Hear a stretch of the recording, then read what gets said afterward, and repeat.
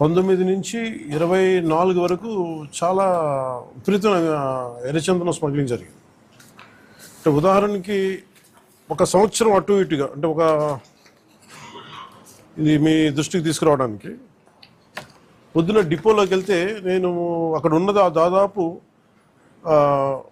2,60,60,000 దుంగలు ఉన్నాయి, ఎర్రచందనం దుంగలు. అంటే కనీసం 2 దుంగలైనా కలిపి ఒక చెట్టు అనుకుంటే ఈ 6 సంవత్సరాల్లో 5-6 సంవత్సరాల్లో 1,30,000 ఎర్రచందనం చెట్లు అడ్డగోలుగా నరికేశారు. ఇది మనకి ఆన్ రికార్డు మనకు ఉంది ఇప్పుడు. సో నేను మిగతా అధికారులందరితో మాట్లాడుతున్నప్పుడు దీని విలువ ఎంత ఉండొచ్చు అంటే యాజ్ ఆన్ నౌ మార్కెట్లో ఇప్పుడున్న 40 లక్షల టన్ను అనుకుంటే, మెట్రిక్ టన్ అనుకుంటే దాదాపు 2,000 కోట్ల నుంచి 5,000 కోట్లు ఇప్పుడు మనకు ఉన్నది. అసలు ఇది పట్టుకున్నది ఎంత ఉంటుందంటే దీనికి కనీసం 2 నుంచి 3 దాకా ఉంటుంది అనేది ఒక అంచనా కింద మన అధికారులు చెప్తా ఉన్నారు. సో దీన్ని బట్టి మీరు అర్థం చేసుకోవచ్చు, ఒక క్లోజ్ టు ఒక 8,000 to 10,000 crores వర్త్ ఎర్రచందనం ఇక్కడ స్మగ్లింగ్ చేయబడింది. సో నేను ఛార్జ్ తీసుకున్న తర్వాత ముందస్తుగా ఏం చేసాం, ఏంటి ఇష్యూస్ ఉన్నాయంటే మేము కర్ణాటక రాష్ట్రానికి వెళ్ళి మాట్లాడుతున్నప్పుడు అంటే ఎంత అలసత్వంతో ఉన్నాం అని చెప్పడానికి 140 కోట్ల ఎర్రచందనం దొంగలు కర్ణాటక అటవీ శాఖ అధికారులు స్వాధీనం చేసుకున్నారు. దాన్ని వాళ్ళు అమ్మేశారు. అది నేను కుంకి ఏనుగుల కోసం వెళ్ళి వాళ్ళతో ఇంటరాక్షన్లో వాళ్ళు థ్యాంక్స్ చెప్తున్నాను, మీకు థ్యాంక్స్ చెప్పాలి, మాకు మీ వల్ల మాకు 140 కోట్లు మా అటవీ శాఖకి వచ్చినాయి అని. ఏంటి వచ్చినాయి అంటే మీరు కొట్టేసిన ఎర్రచందనం, మీ స్మగ్లర్లు కొట్టేసిన ఎర్రచందనం దొంగలు మేము ఇక్కడ పట్టుకుని దాన్ని వేలం పాటలు అమ్మేసి మాకు 140 కోట్లు వచ్చిందండి. అంటే దీనికి అప్పుడున్న మంత్రులు కానీ ఒక్కరు కూడా బాధ్యత తీసుకోలేదు ఈరోజు. దాన్ని పొలిటికలైజ్ చేయడానికి కూడా పెద్ద ఎక్కువ మాట్లాడే దాని గురించి, ఎందుకంటే జరిగిపోయిన దాని గురించి మనం ఏం చేయలేం, కానీ ఏం కరెక్షన్స్ చేయాలి భవిష్యత్తులో అనే దాని మీద ఉంది.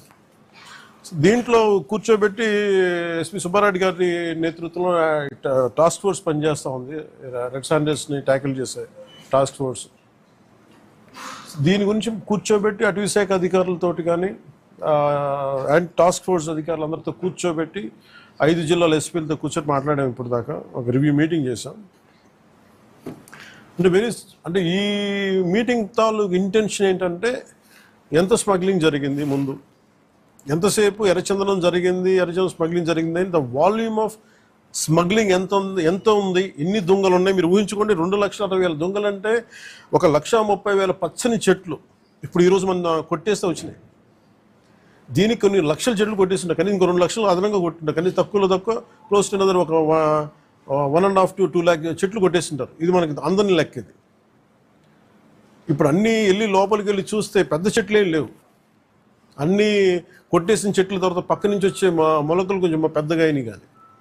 సో ఎర్రచందనం ఇది ప్రత్యేకించి ఎర్రచందనం శేషాచలం అడవులకే వెంకటేశ్వర స్వామి వెలిసిన ఈ ప్రాంతానికి ఎందుకు ప్రసిద్ధి అంటే ఇది ఆయనకి గాయం తగిలి ఆయన రక్తం నుంచి వచ్చింది. అందుకే దానికి ఆయన రక్తం కింద పడింది కాబట్టి ఆ రక్తాన్ని వృధా పోనివ్వటం ఎందుకని చెప్పి దానిని ఆయన ఎర్రచందనంగా చేశారనేది ఇది మన శాస్త్రాలు చెప్తా ఉంటాయి. సో ఎర్రచందనం అనేది అంత ప్రాశస్త్యం దాన్ని. దాన్ని జస్ట్ ఏదో మనం కూర్చొని ఒక చెట్టు అని కాదు, ఇది ఒక దీనికి ఒక డివైన్ యాంగిల్ ఒకటి ఉంది. సో ఇవన్నీ దృష్టిలో పెట్టుకుని మనం కాపాడుకోవాల్సిన అవసరం, ఎందుకంటే ఒక్కొక్క చెట్టు ఇట్ క్రియేట్స్ ఒక బయోడైవర్సిటీ, ఒక ఎకో సిస్టమ్ క్రియేట్ చేస్తుంది.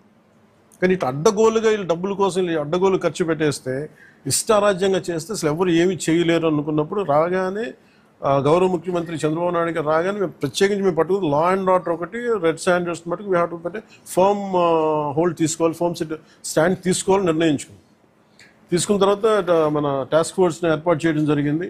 ఆ టాస్క్ ఫోర్స్లో కూడా ఇప్పుడు దాకా నేను ఎప్పుడైతే మన కర్ణాటకకి వెళ్ళానో, కర్ణాటక అటవీ శాఖ మంత్రి గారిని కానీ గౌరవ ముఖ్యమంత్రి సిద్ధరామయ్య గారిని కానీ నేను అడిగింది ఏంటంటే, వీళ్ళ స్టేట్ టు స్టేట్ ఒక కోఆపరేషన్ కావాలి, మాకు ఒక అండర్స్టాండింగ్ లేదు, లెటర్ ఆఫ్ అగ్రిమెంట్ లేదు, లెటర్ ఆఫ్ అండర్స్టాండింగ్ లేదు. ఎందుకంటే నేపాల్లో మన ఆంధ్రాకి చెందిన ఎర్రచందనం అక్కడ దొరికితే, ఎర్రచందనం మేజర్లీ ఆంధ్ర, ముఖ్యంగా మన శేషాచలం అడవులు, ఇక్కడ దొరికింది నేపాల్లో పట్టుబడితే, అది కూడా కొన్ని 100 కోట్లు పట్టుబడితే నేను ఛార్జ్ తీసుకోగానే ఫస్ట్ పెట్టిన ఇది సంతకం ఏంటంటే అక్కడి నుంచి